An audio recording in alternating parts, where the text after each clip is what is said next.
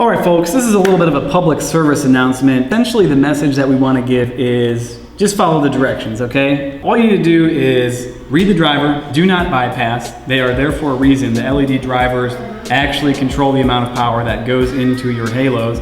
They are not to be removed from the system no matter what, because then you're gonna have a whole bunch of problems. As you can see, no dead LEDs whatsoever in this halo, and this should work virtually forever because this driver is controlling the amount of power that is going into this halo.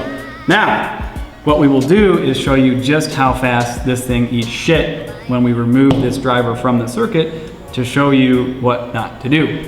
Let's make it rain. So this won't take long. As you can see, it is extremely bright, and after a short while it will start dying.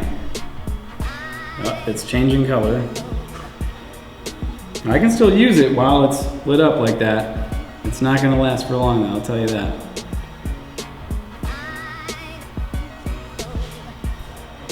Middle's already down.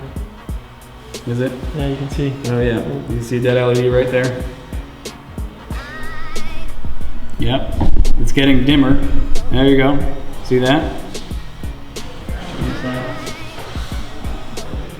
There you go. Death of an RGB halo. As you can see, individual chips on each LED chip are starting to fail prematurely. You can hear little pops. Smoking. Yeah, smoke.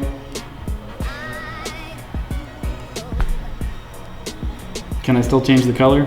Yeah, there you go. I got a whole show going on in front of me. We got starry nights up in this.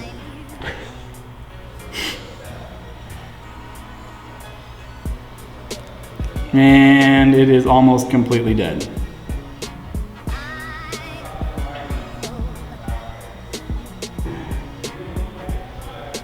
Still change the color. Okay, so I don't suffocate with smoke, I'm gonna go ahead and turn this off. Here, this is a perfectly fine switchback halo. I'm gonna go ahead and just cut this JST connector off, strip the wires, and we will see just how long it takes for that to happen too. And we will be done. It's hot.